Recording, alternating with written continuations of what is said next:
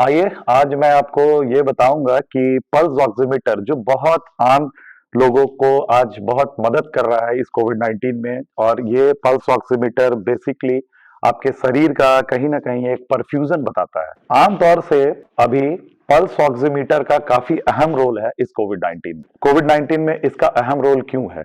क्योंकि हम सामान्यतः ये जानते हैं कि ये पल्स ऑक्सीमीटर आपके शरीर का कहीं ना कहीं एक परफ्यूजन को बताता है कि आपके आपके शरीर में किस तरह का जो खून है उसका प्रवाह हो रहा है और उसका प्रवाह प्रॉपर है कि नहीं, और आपके लंग में उसका वेंटिलेशन प्रॉपर हो रहा है कि नहीं। आम तौर से ये धारणाएं होती हैं कि लोग कई तरह के पल्स ऑक्सीमीटर खरीद लेते हैं, बट इस वीडियो के माध्यम से मैं ये बताना चाहता हूं कि पल्स ऑक्सीमीटर सबसे पहले एक अच्छे कंपनी का खरीदें।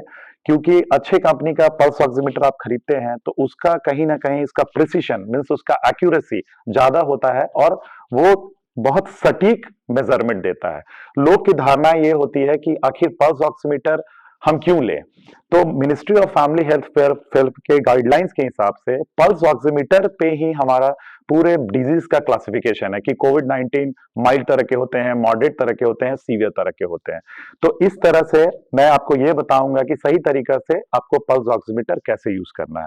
तो पल्स ऑक्सीमीटर यूज करने के लिए आप एक पहले आराम से एक कहीं सही जगह पे बैठ जाएं। बैठ जाने के बाद मशीन को आपको ऑन करना है। मशीन को ऑन करने के बाद होता क्या है कि आपको अपने या तो दाहिना हाथ या आपका बायां हाथ उसका उंगली उसके उंगली के फिंगर टिप, ये जो फिंगर टिप है नाखून, इसके ऊपर उस मशीन को लगाना है। लोगों में ये धारणाएं होती है कि उसको लगाएं कैसे।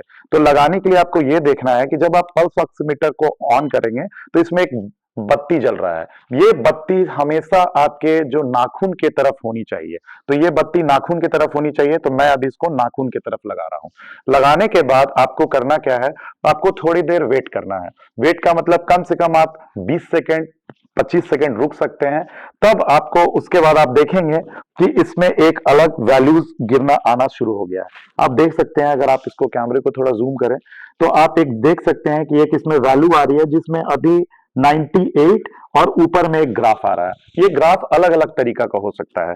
एक ग्राफ तो फ्लैट स्ट्रेट ग्राफ हो सकता है, एक कर्व ग्राफ हो सकता है और एक ग्राफ साइड में पॉपअप करता रहता है। तो ये 3 तरह का ग्राफ हो सकता है। दूसरा, आप लगाने के बाद इसको हृदय के लेवल पे, अब मैं इसको हृदय के लेवल अपने हार्ट के लेवल पे रख के इसका मेजरमेंट लूंगा और कम से कम पहले 20 से 25 सेकेंड आप रुक जाएं और 1 मिनट के बाद आपका जो वैल्यू है वो आप लें। अभी देखिए, अभी इसमें 99 आ रहा है सैचुरेशन और इसमें साइड में कहीं ना कहीं आपका पल्स रेट आ रहा है जो आपका हृदय के गति को बताता है। तो अभी ज्यादा जरूरत है ये 99 जो सैचुरेशन। आमतौर पे धारणाएं अभी हमारे जो रिकमेंडेशंस हैं, जो मिनिस्ट्री के जो गाइडलाइंस है, उसमें हमारा अभी कट ऑफ वैल्यू 94, आपको रूल ऑफ 94 याद रखना है। 94% से पल्स ऑक्सीमीटर में जिसका ऑक्सीजन सैचुरेशन जिसको बोलते हैं SpO2, जिस मरीज का SpO2 का वैल्यू 94% से ज्यादा है, उसको किसी भी तरह से घबराने की जरूरत नहीं है। उसका इलाज अपने घर में वो करा सकते हैं, उनको ऑक्सीजन की जरूरत नहीं पड़ सकती है। जब आपका ऑक्सीजन का सैचुरेशन 94% से कम होता है और वो परसिस्टेंट रहता है, हर 5 मिनट के बाद अगर आप लगा रहे हैं और वो हर 5 मिनट में आपका ऑक्सीजन का लेवल अगर 94% से कम आता है, 92% आता है, तो 92% एक कट ऑफ वैल्यू है जिसमें आपको ऑक्सीजन की जरूरत आपके मरीज को होती है। इसके साथ साथ बहुत सारी ये धारणाएं हैं कि अगर आप अच्छे क्वालिटी का पल्स ऑक्स नहीं रखे तो उसमें पेन कलम, अगर आप कलम लगा देते हैं तो कलम लगा देने के बाद भी रीडिंग आता है। लेकिन देखिए, मेरे पास जो पल्स ऑक्सीमीटर है इसमें मैं पेन लगा दिया हूं, उसके बाद भी इसमें कोई वैल्यूज नहीं आ रही है। तो ये एक अच्छे पल्स ऑक्सीमीटर का ये एक तरीका है चुनने का। और जो जिसमें एरर्स होते हैं, जिसमें पल्स ऑक्सीमीटर्स में एरर का मतलब 1-2% एरर है, मतलब अगर आपके शरीर का पल्स ऑक्सीमीटर या ऑक्सीजन सैचुरेशन 99 है तो उसमें एरर के कारण वो 96 या 94 दिखाएगा। तो आप में एक पैनिक की स्थिति हो सकती है, घबराहट की स्थिति हो सकती है कि आपका सैचुरेशन अचानक से ड्रॉप कर रहा है। तो इसीलिए अच्छे पल्स ऑक्सीमीटर का उपयोग करें। और आप देख सकते हैं कि मैं जब इसमें पेन लगाया हूं तो ये काम नहीं कर रहा। तो एक धारणा ऐसी भी है कि पल्स ऑक्सीमीटर में पेन लगा दिए तो काम नहीं कर रहा। तो आपका अच्छे पल्स ऑक्सीमीटर में जब आप पेन नहीं लगा रहे हैं, सिर्फ अपना उंगली लगा रहे हैं, तो आपका ये आपका वैल्यू आएगा। तो ये ध्यान रखें, बत्ती की तरफ आपका ये उंगली का जो नाखून है उसको रखना है, उसके बाद लगाने के बाद उसको हृदय पे रखना है और थोड़ी देर उसको वेट करना है।